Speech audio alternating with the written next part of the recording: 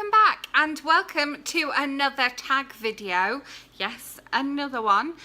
Most of these tag videos I'm not tagged to do them by anyone. I say most, all of these tag videos, but I see them and I go, that looks like fun, I'll film one of those, because I think you can learn so much about somebody's like reading choices and the way they read and what they read and yeah, their reading habits by these tag videos. So I saw this video on Georgina's channel, which I will link below, and I will also link the original video down below and the questions if you would like to have a go at this tag. So let's get straight into it. I have the questions over here, so I will be referring to those. Question 1, how many books is too many books in a series?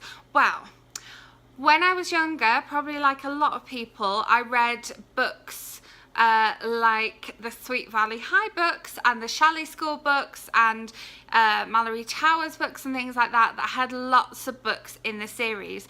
And I think that children's books where you have lots of books in the series, like the Diary of a Wimpy Kid books and like the 13-story Treehouse books, I think that they are really good.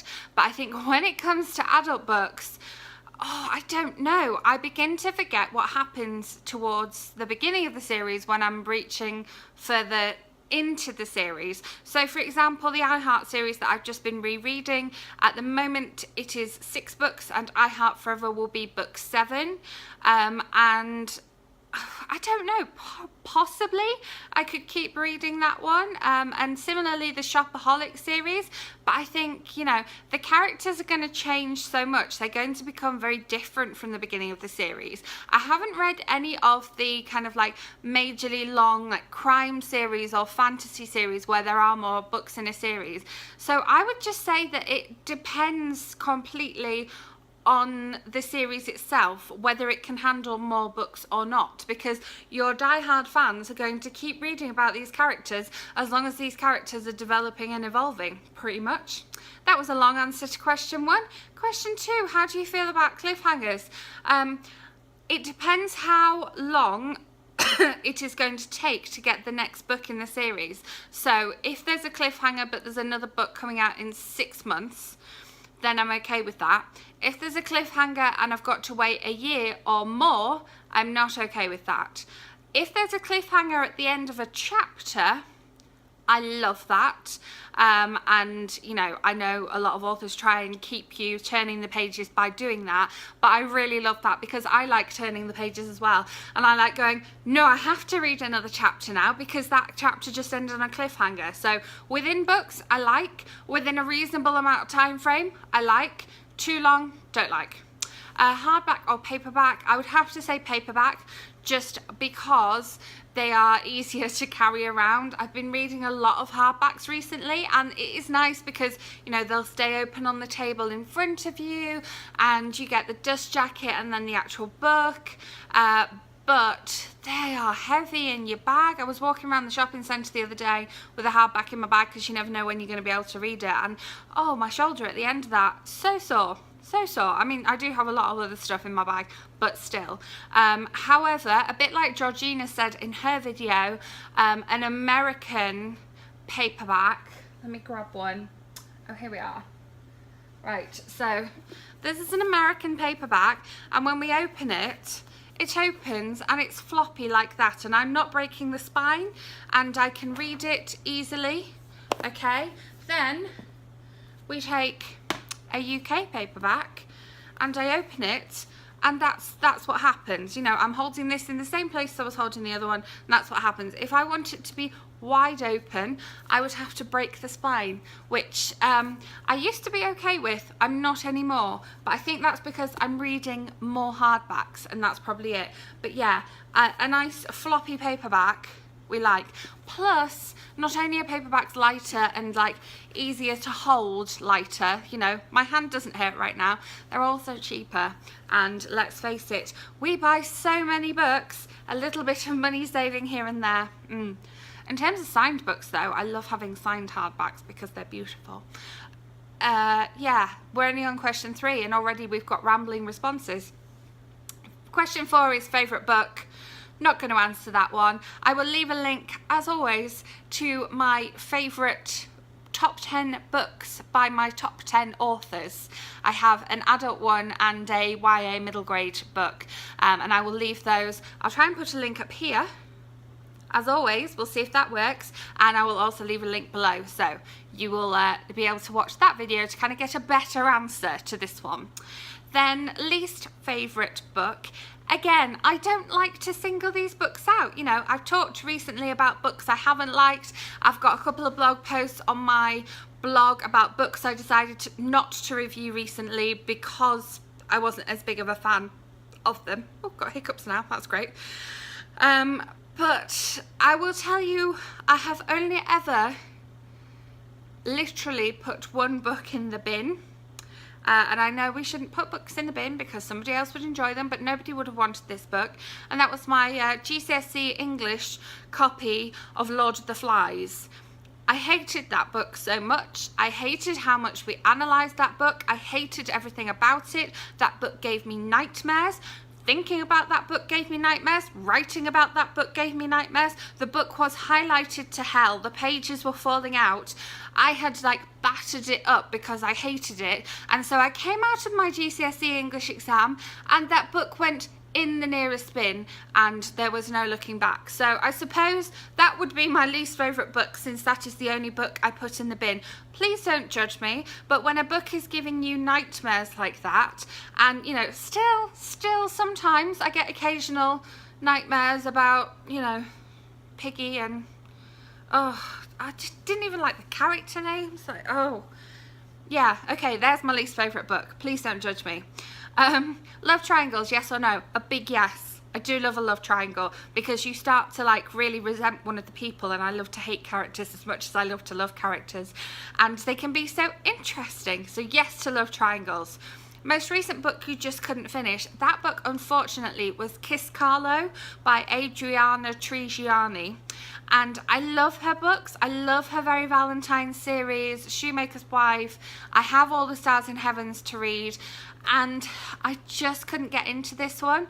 And I was reading it on Kindle, and I kind of worked out in terms of the hardback, because I got the hardback out of the library to see if that would help me read it any easier. And I worked out that I'd read about 120 pages of it, and it just wasn't gelling with me. And it's nothing against the author. I will continue to read that author because she's been one of my favourite authors for quite a while. But the book just wasn't gelling with me. And do you know what? I'm not going to sit and write a bad review for a book that I just couldn't get into. But I'm not going to force myself to read it either. So I just thought, we'll have to leave it and move on. I may go back and try and read it some more, but it just wasn't for me. We didn't have a connection. Let's see, a book you are currently reading. Obviously this video is not going to go up whilst I'm currently reading this one, because I am nearly finished this one, and that is 7 Days of You by Cecilia Vinnes. And I read in the back of the book about the author that she lives in the UK and has a master's in creative writing from the University of St Andrews, so that's interesting. She has dual citizenship of the US and UK. Didn't know you could still have that. There you go. A last book you recommended to someone. Obviously I recommend things to people all the time, but I just keep and cannot stop recommending Then She Was Gone by Lisa Jewell. I will leave that video here, somewhere in the sky up here. And I'll leave a link in the description box in case you miss it being up here, or in case I can't find it or something. I'm sure I'll be able to find it. Then She Was Gone, Lisa Jewell. If you haven't read it yet, it's amazing, life-changing. Read it, so good. The oldest book you've read in terms of publication date would probably be, as Georgina said in her video, Shakespeare. When I was, again, doing English at school, we read Twelfth Night, so there'd be that. I also read Jane Eyre at school, and more recently, classics I've read have included like Wuthering Heights, Little Women. That's pretty much it, yeah. Newest book you've read in terms of publication date. I totally didn't look at this question. It would be, well, to be honest, I am about to start the new Marion Keyes. So when I'm filming this, it is the 28th of August, and her book comes out on the 7th of September. So as I am filming this, I'm about to start it, so that would be the newest book that I've read in terms of publication date. Question 12, favourite author. Refer back to my answer about favourite books. I am going to leave that video for you so that you can see my top 10 books by my 10 favourite authors, so you get some of those. Right now, because I've been like rereading the I Heart series by Lindsay Kelk, I'm just like Lindsay Kelk right now, but all the other authors, including mentioned Lisa Jewell and mentioned Sophie Kinsella, they're on there, so go and check that video out and you'll get a much longer rambling answer than I could give you here. Buying books or borrowing books, I like a bit of both. In case you hadn't realised, I am just in love with my library. I have a massive stack of library books beside me here right now, which I have been trying really hard to finish over the past couple of weeks, because when I leave the country, obviously I have to leave the library books behind. So I like borrowing books from the library. I don't like borrowing books from other people. I borrowed a book from my flatmate, and he was a non-spine breaker, and at the time I was a spine breaker, and I think if he had seen me drinking or eating near the book that I borrowed, I think it was Shopaholic and Sister, and that was the first and last book that I borrowed from him. He borrowed books from me, but I was a spine breaker at the time, so it didn't matter. But yeah, if he'd seen me eating or drinking near the book, it would have been a face that I got from him. So don't borrow books from people. But obviously I like buying books that I know I'm going to keep, so if I get them signed, obviously I buy books. But I'm loving the library right now. It's amazing, and I love borrowing books from them. Ebooks, audiobooks, physical books, paperbacks, hardbacks, more audiobooks. Yes, so borrowing would be high up there, plus it's free. Bookmarks or dog ears, definitely bookmarks, and if I want to kind of save a particular passage from book to talk about in a review, I have my little tabs. Must remember to pack those to go with me so that I can continue to use them whilst I'm reading. Can you read whilst hearing music? Now, I'm a bit odd in this sense. I can read in like busy places like coffee shops. I was reading in a waiting room earlier and read like the whole half of this book here, like literally you can see there's my ticket that I took. And I can read on like busy planes and trains and things like that, but if I'm in a room and the TV's on in that room, can't read. If I'm in a room and somebody's playing specific music in that room, I can't read. Whilst my husband's playing his guitar, I can read. That's absolutely fine, because generally he doesn't play a whole song, because, you know, that would just be too kind. But yeah, it's an odd one that I couldn't like put music in my headphones and then read. I get distracted listening to the music. But I can read in busy places. Go figure. A book you can always reread. Well, having read the I Heart series by Lindsay Kelk, let's get this book out again, so I've not held it up enough in videos recently. I could totally go back to the beginning of this one and reread it again. I'm going to an event with Lindsay Kelk and Miranda Dickinson, and Miranda Dickinson's New York based books I have reread and could reread. Rereading this series has made me want to reread the Shopaholic series by Sophie Kinsella. So if I'm in a position to have time to do this much reading again, I would totally reread those ones as well. And I would really like to go back and reread Bridget Jones. The only other book I have reread ever is The Fault in Our Stars by John Green, and I'm going to do a book versus movie video on that one, so I will be rereading it for that as well. So a few books, but very select books that I can reread. Let's just get a quick drink before we finish the last few. One point of view or multiple point of views. I have told you that I like a dual narrative, and Julie Cohen did a really good job of doing a multi-generational narrative in her book Together. So she had a teenage daughter, a middle-aged mother, and an elderly grandmother, and that was an amazing use of multiple point of views. I love when you get a male and female point of view. I also loved Erin Lawless's Bridesmaid series, where we had the four different women, or four different women.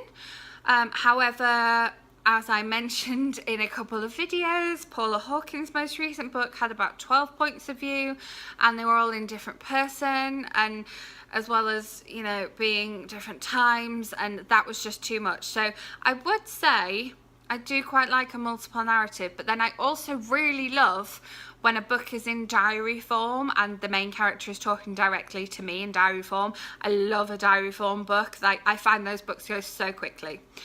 So there's another long answer to that question for you. Do you read a book in one sitting or over multiple days? Both. As I say, I was waiting in line this morning and I was there for an hour and a half, and I read half of a whole book, whereas yesterday I read a whole book in one sitting, but I also finished another book that started a couple of days ago. So I do a bit of both. When I have time to sit and read, I will sit and read a whole book. And then, who do you tag? I don't normally tend to tag people in these videos, but I am going to tag Hayley because she keeps telling me that she needs to get back into making videos, and this is quite a nice easy video to make. You've got your 20 questions there, so I definitely tag you, and I also tag you if you want to make this video. As I say, the questions will be below, and if you've made it this far, I think this is one of the longest videos I've ever made, then well done, and you should definitely do this tag if you haven't done it already. Okay, I will be back with another video for you soon. It is just potluck whether you get this background or whether you get my new background. We'll wait and see. It's very exciting. And yes, thank you so much for watching. If you're not already subscribed, please do subscribe, and if you like this video, I'd love you to give it a thumbs up. I love when that happens. It's just so exciting. Validation. Okay, I will see you soon in my next video. Bye.